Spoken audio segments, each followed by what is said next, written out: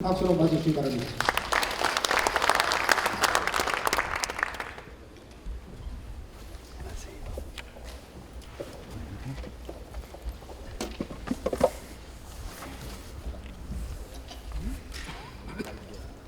의원님 여러분들께서 고생이 많으시죠. 제가 고생이 많답니다. 또 상황을 점검을 실시간 해야 되는 원내대표 또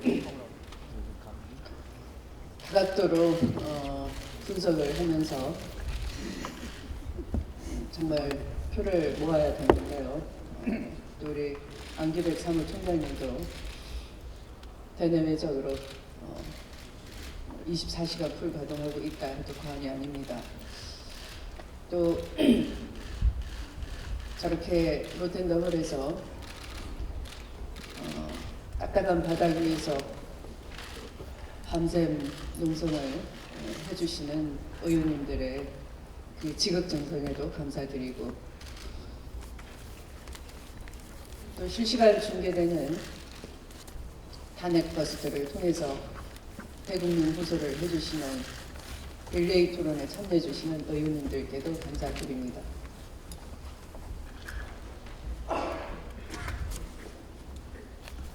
요즘 좀 이 과도한 깎아내리기라고 할까요? 그런 점이 있어서 혹시라도 어떤 의미라도 주면 안 되겠다 싶어서 저도 그냥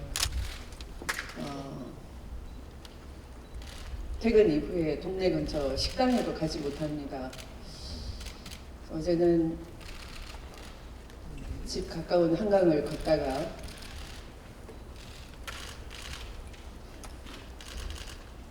이 밤에 가로등 불빛에 비치는 한강의 그 물결을 보면서 세월호 아이들을 생각하지 않을 수가 없었습니다. 깊은 바다에, 차가운 바다에 아이들이 이미 가라앉은 채로 375명이 배에 갇혀있다, 이런 보고를 12시 전에 받으신 대통령이 그 무렵 하신 일이라고 단골 미용사를 불러서 머리 치장하는데 90분을 소요했다, 이런 것이 저는 정말 어머니의 마음으로 믿어지지가 않았습니다.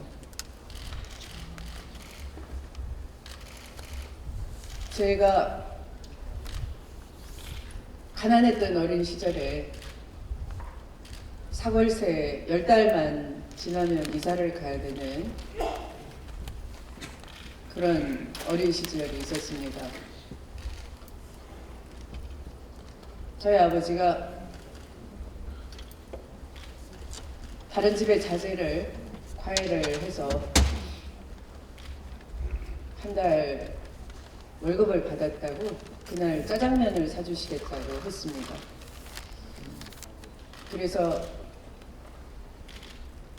저는 예쁘게 하고 가려고, 수돗물이 없던 집이어서 그 동네에서 제일 깊은 우물을 가지고 있던 집에 새를 들어 살았죠. 수도 우물가에 나가서 제가 우물물을 길어서 세수하고 머리 감으려고 했던 건데요. 두레박을 집어넣자 말자 제 가벼운 몸이 견디질 못하고 우물 속으로 들어가 버렸습니다. 그게 그 동네에서 제일 깊었기 때문에요. 그게 10m가 훨씬 넘는, 가늠을 잘 할 수 없는 그런 깊은 우물이었습니다. 밖에 있던 제 5살 동생이 야단났다고 살려달라고 소리쳤을 테고요. 저도 그 안에서 죽을 힘을 다해서 살려달라고 했겠죠. 저를 구해주신 분은 어느 누구도 아니고 수년 동안 심장병을 앓으면서 문밖 출입을 못하고 자리에 이불 깔고 누워있던 주인 아주머니였습니다. 잠옷바람에 헝클어진 머리로 맨발로 쫓아나와서 두레박 줄을 집어넣어서 제가 그 줄을 붙잡고 하나하나 올라와서 살아날 수 있었습니다. 그분의 목숨을 건 맨발로 쫓아나온 그런 순간적인 응급 구조가 없었더라면 그 후에 저는 산 목숨이 아니었겠죠. 그게 어머니의 마음입니다. 남의 새끼건 내 새끼건 지나가는 짐승이라도 물에 빠져서 호적거리면 달려나가는, 앞뒤 경황 없이 달려나가는 그것이 사람의 마음입니다. 어머니의 마음입니다. 국민의 어머니가 되겠다고 약속한 대통령, 더 이상 어머니라는 단어를 입에 올릴 자격이 없는 거죠. 어머니의 이름을 사용하지 마십시오.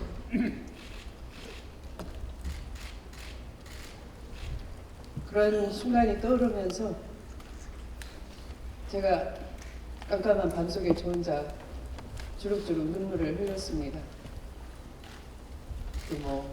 당대표가 의연하지 못하고 왜 그렇게 눈물이 많냐 해도 소용없죠. 그냥 제 마음이 그러하니까요.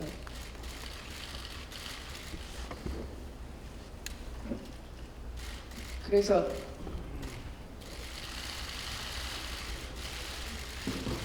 대통령을 더 이상 보고 싶지 않다라는 국민의 마음이 헤아려집니다. 이제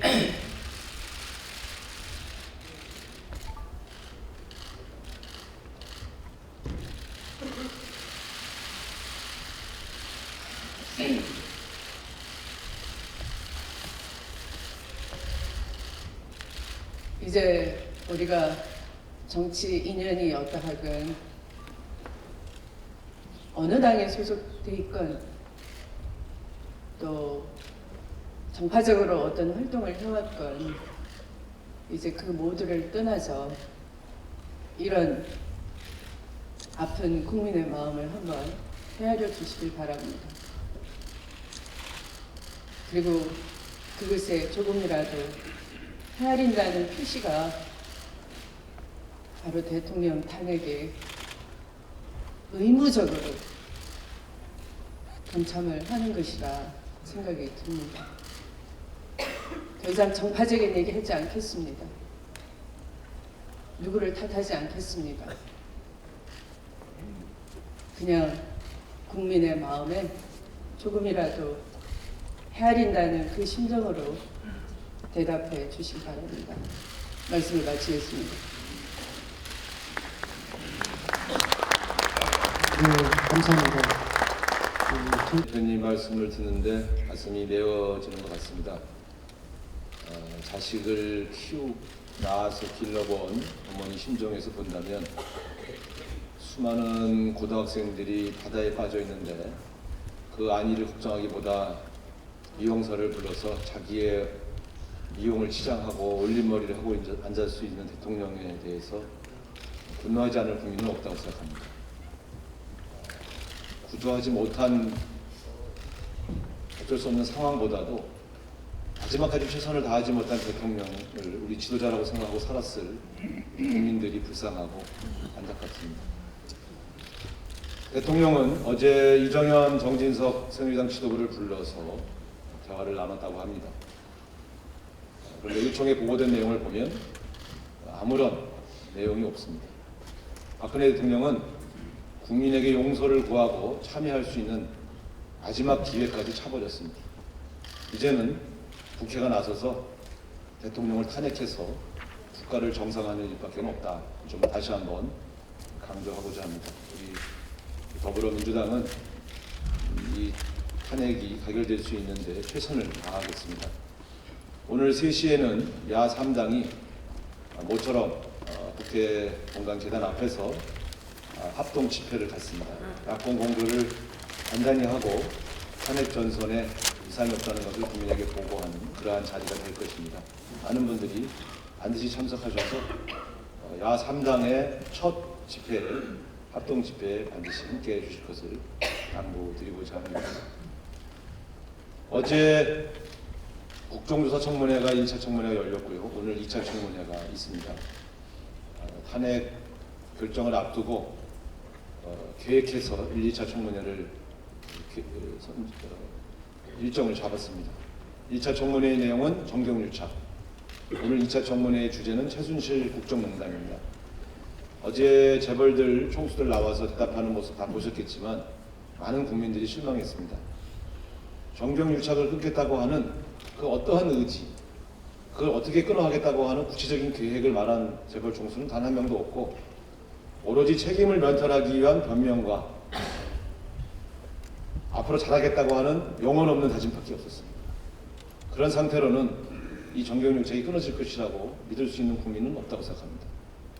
그래서 이제 더불어민주당은 정경련 해체를 목표로 진행해 나가도록 하겠습니다. 기존의 정경련 자산을 헤리티지 같은 싱크탱크로 전환시키고 정경유착의 도구로 이용되어 온 정경련은 사라지는 것이 마땅하다 이렇게 생각합니다.